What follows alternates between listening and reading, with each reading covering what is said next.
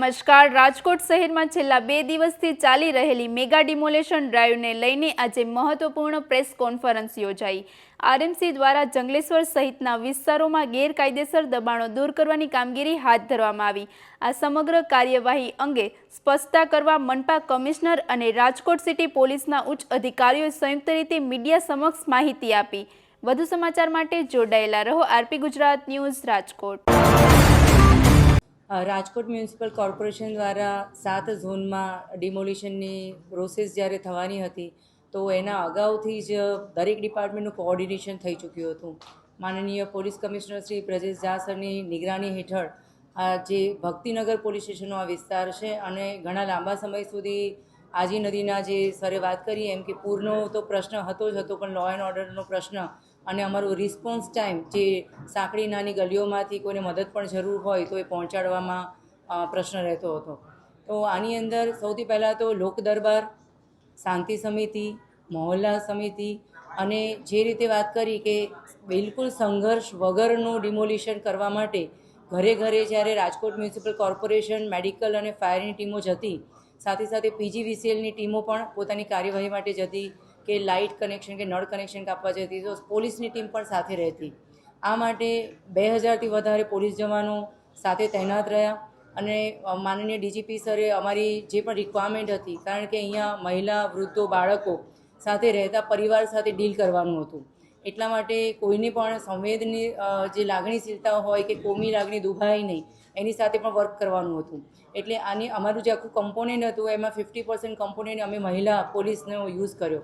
એમાં 8 SRPF company અને special action task force જે આરએફની તર્જ ઉપર બનાવવામાં આવી છે, 2 એસએએફ કંપની અમને ફાળવવામાં આવી અને આખું જે ટેકનોલોજી અને હ્યુમન ઇન્ટેલિજન્સ બંનેની મદદ આપણે લીધી।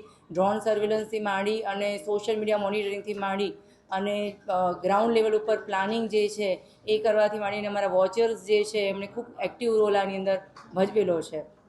જે પણ વાત કરીએ કે આજે ખોલીઓની વાત કરીએ કે ઓડિયોની વાત કરીએ તો આની અંદર અનેક ગુનેગારો છેલ્લા 10-15 વર્ષ અમારા પોલીસના ચોપડે નોંધાયેલા ગુનેગારોની વાત કરીએ તો હિસ્ટ્રી સીટર્સ, અસામાજિક તત્વો, ટપોરીઓના ઘણા બધા અડ્ડાઓ અહીંયા પનપી રહ્યા હતા। જુગારના અડ્ડા હોય કે દારૂનો અડ્ડો હોય કે નદી કિનારે દેશી દારૂની ભઠ્ઠીઓ હોય કે પછી એનડીપીએસના મોટા મોટા ડ્રગ્સના રેકેટ પકડ્યા હોય। છેલ્લામાં છેલ્લી ફાયરીની ઘટના ઘટી એમાં અમે ગુસ્સી ટોકમાં અમારી ક્રાઇમ બ્રાન્ચે જેમને પકડ્યા છે એવી ગેંગો પણ અહીંયા એમને આશ્રય સ્થાન રહેલું હતું। એ સિવાય પણ આપણે વાત કરીએ તો શરીર સંબંધી ગુનાઓ અને મિલકત સંબંધી ગુનાઓમાં પણ મોર દેન 200 જે હિસ્ટ્રી સીટર્સ જે છે એનું અહીંયા આશ્રયસ્થાન હતું। આ જે ડિમોલિશન થયું છે એના માટે ચોક્કસ એવું કહી શકાય કે આ લોકો નાની નાની ઓડિયો બનાવી અને એને ભાડે ચડાવી અને એની જે ઇન્કમ છે, જે આર્થિક લાભ મેળવી અને એને અસામાજિક પ્રવૃત્તિઓ ચલાવવામાં જે કરતા હતા એ જે નેક્સસ છે આખું તૂટ્યું છે। અને વ્યાજખોરી જે છે કે એ જે પૈસો જે છે એ જે પણ જરૂરિયાતમંદ હોય એને ઊંચા વ્યાજે આપવાનું અને એને આખા વ્યાજના ચક્રમાં ફસાવી અને એનું શોષણ કરવાનું જે ચક્ર છે એ પણ આમાં તૂટશે। આખી સમગ્ર પ્રક્રિયા જે છે એની અંદર અમારી સ્પેશિયલ જે ટીમો હતી, એ ક્વિક રિસ્પોન્સ ટીમ હોય કે પછી અમારું સ્પેશિયલ ઓપરેશન ગ્રુપ હોય કે અમારી ક્રાઇમની ટીમો હોય, એમે ખભા મળાવીને કામ કર્યું છે।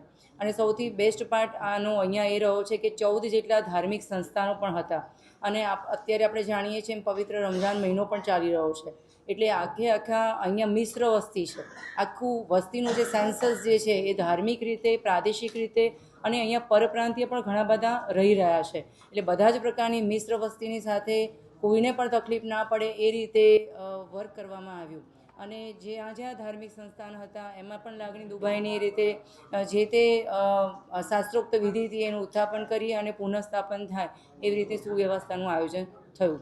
આ સારું માનનીય પોલીસ કમિશનરશ્રીની નેજા હેઠળ ફ્રિકવન્ટલી ફ્લેગ માર્ચનું આયોજન, રૂબરૂ જે પણ પબ્લિક લીડર છે એની સાથે સંવાદ સાધવાનું, જે મહિલા, બાળકો અને વૃદ્ધો છે એમને તકલીફ ના પડે। અત્યારે ડેબ્રીજ હટાવવાની કામગીરી ચાલે છે તો ભંગાર વીણવાવાળા કે નાની મોટી રોજગારીની લાલચે કે કુતૂહલતાવશ કોઈ આવતું હોય તો એ પણ દબાઈ ના જાય અને એક પણ હર્ડલ્સ ના થાય, ઇલેક્ટ્રિસિટીથી માંડીને કોઈ શોર્ટ સર્કિટથી માંડીને કોઈ પણ દુર્ઘટના ના ઘટે એના માટે મેડિકલ, ફાયર અને કોર્પોરેશનની ટીમની સાથે મળી અને પોલીસ ડિપાર્ટમેન્ટે આ સમગ્ર ઓપરેશન જે છે એ હાથ ધરેલું હતું। ચોરસ મીટર જમીન આમાં દબાણ મુક્ત થઈ છે। આ રોડની અંદર જે 33,750 હતી એની અંદરના દબાણો 497 દબાણો એની અંદર હતા અને નદી કાંઠામાં 992 દબાણો હતા. આમ કુલ દબાણો 1489 જે અમારા મેજર થયા. આ તમામને અમે હટાવીને જે જમીન ક્લિયર કરી છે એની હાલની એપ્રોક્સિમેટ સાવ અંદાજ લગાવીને માર્કેટ વેલ્યુ કાઢીએ તો પણ 350 કરોડથી વધારે કિંમતની આ જમીન થાય છે. આમ આ 24 કલાક ચાલેલું અમારું ઓપરેશન એની અંદર અમારે 1512 મહાનગરપાલિકાનો મેન પાવર એની અંદર લાગ્યો. એમાં ઓફિસર્સથી લઈ અને મજૂર સુધીના લોકોની થઈ જાય છે કમ્પેરિઝન. અમારી મશીનરી 261 લાગી, જેમાં જેસીબીથી લઈને ટ્રેક્ટર સુધી આવી જાય છે. હું ફક્ત મેન આવર્સ ગણું, માનવ કલાકો આખા ઓપરેશનના, તો 33,264 માનવ કલાકો આની અંદર વપરાયા આખા ઓપરેશનમાં. આની અંદર કેમ દબાણ મુક્ત જે થયું છે એ ઇમ્પોર્ટન્ટ છે. તો જે વિસ્તાર અમે દબાણ મુક્ત કર્યો છે, જે સેક્ટર 1, 2 અને 3, જે પહેલાં અમારા 3 સેક્ટર આવે છે, જો આપ જસ્ટ ગૂગલના મેપથી પણ રાજકોટનો એ મેપ એ જોશો તો ખોખરદરી નદી અને આજીની નદી ત્યાં આવીને ભળે છે. એટલે જ્યારે પણ વરસાદ આવે એટલે આજીનું પાણી સીધું એ દિશા તરફ આવે અને આજીનો પટ છે આખો. છેલ્લા ઘણા વર્ષોથી આપ જુઓ છો કે દર વર્ષે ત્યાં પૂર આવે અને રેસ્ક્યુ કરવાની સ્થિતિ થાય છે. હું ફક્ત 2024નો આપને આંકડું આપું તો 2024માં 1378થી વધારે લોકોને સ્થળાંતર કરવા પડ્યા હતા ત્યાંથી. 1378 લોકો અને 370 લોકો તો રેસ્ક્યુ કરવા પડ્યા હતા ત્યાંથી. અને હું આની ગ્રેવિટી એ જણાવું કે જે એમને 370 લોકોને રેસ્ક્યુ કરવા ગયા એ ઓફિસર્સને પણ એનડીઆરએફની ટીમે ત્યાંથી 24માં રેસ્ક્યુ કરવા પડ્યા હતા. ઓફિસરો પણ તે છોડવા જે એમને રેસ્ક્યુ કરવા ગયા ટીમ ફસાઈ ગઈ હતી. એટલે આ પાણીથી ભરાતો લોકોના જીવને જોખમ સમૂહ જે હતું એ વિસ્તાર અમારો ત્યાંથી દૂર થયો છે. જ્યાં સુધી રોડની વાત છે તો એમ્બ્યુલન્સ, ફાયર કે પોલીસના વ્હીકલ પણ ના જઈ શકે એટલું નાનું સાંકડું અને ગીચ જે હતું સ્ટ્રક્ચર, એની વચ્ચેના આ વિસ્તારમાંથી આ હવે 15 મીટરનો વાઇડ ટીપી રોડ પણ જે ખુલ્લો થયો છે. અને એનું પણ અત્યારે જે મલબો હટાવવાનું કામ ચાલે છે, જેવું પતશે એટલે પાછળ રોડનું કામ મહાનગરપાલિકા દ્વારા શરૂ થનાર છે આની પાછળ.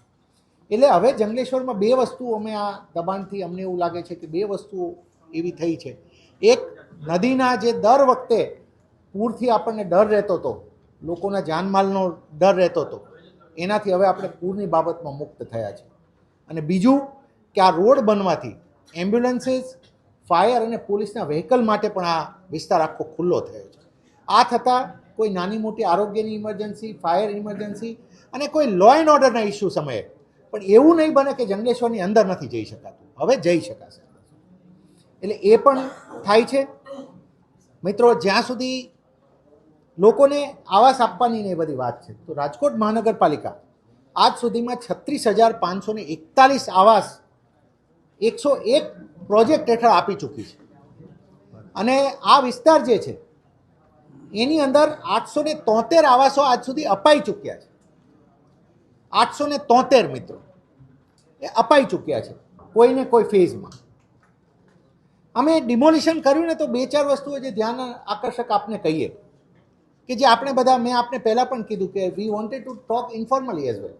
કેમ કે એક મહત્ત્વનો મુદ્દો, કાચા મકાનો તો અમને નહિવત જેવા મળ્યા છે, જે કાચા માટીના નહિવત અમુકને ગણીએ ફક્ત ઉપર સ્લેબ ના હોય ને એવા આશરે 500 જેવા મકાનો છે, પણ પાકા ફક્ત પતરા હોય ઉપર એવા 500 જ છે. આ જે 1500ની આપણે વાત કરીએ છીએ, 1400 ઉપર 1500.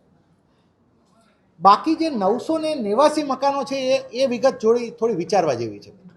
આ 500ની બાબતમાં પણ હું આપને કહું, આ 500માંથી અમને 250 એવા મકાનો મળ્યા કે જે એકદમ આઈડેન્ટિકલ લાઇનથી છે.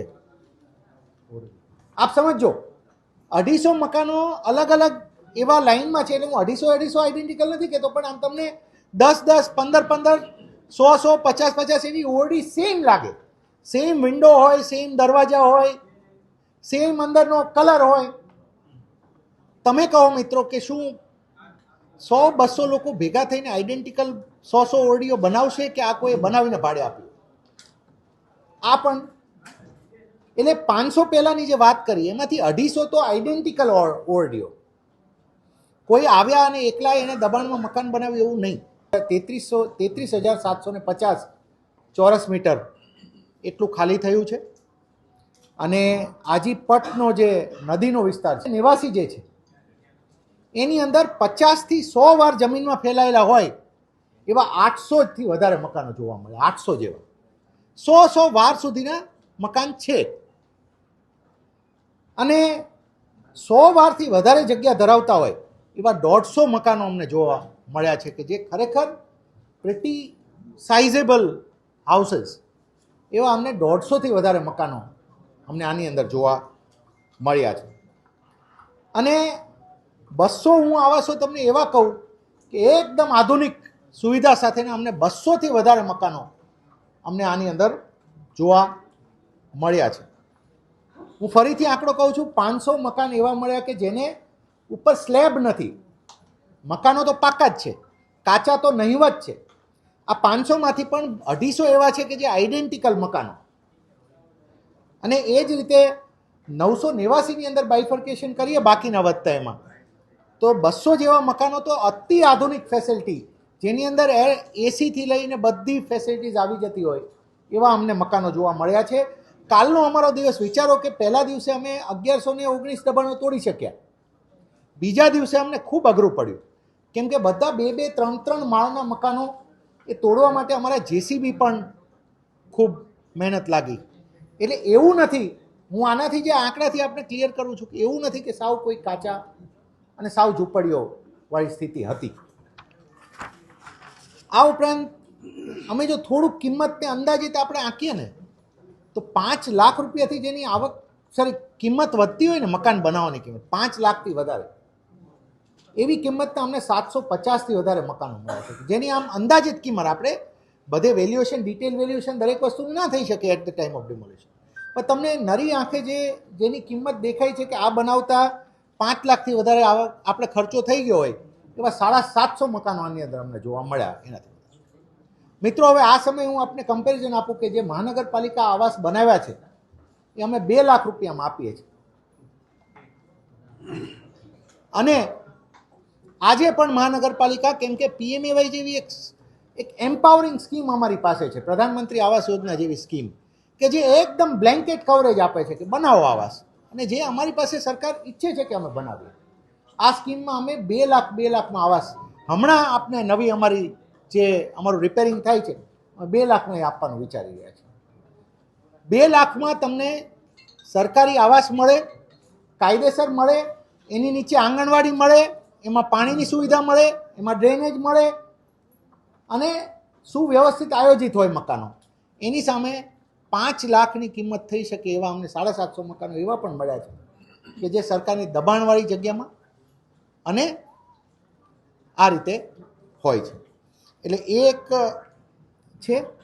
અને 250 જેવા મકાનોની કિંમત હું કાઢું તો 15થી 20 લાખ રૂપિયાની એવરેજ ખર્ચ થઈ શકે એવા અમને 250 જેવા આવાસો આની અંદર જોવા મળ્યા છે.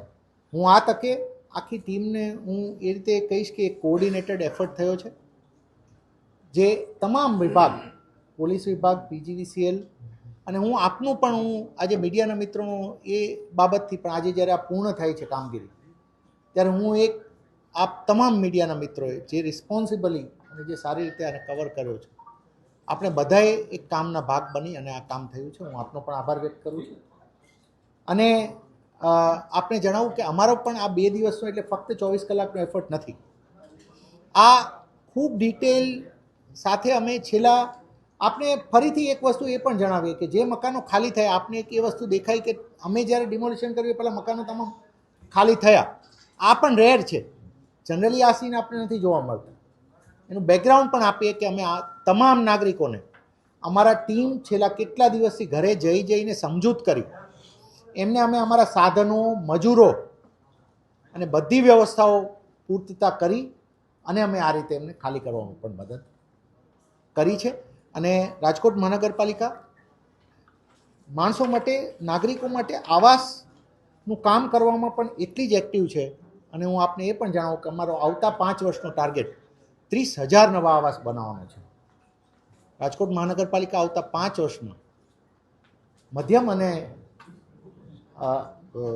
બિલો દેટ સામાન્ય માણસો માટે 30,000 નવા આવાસ પણ બનાવવા જઈ રહી છે આવતા 5 વર્ષ.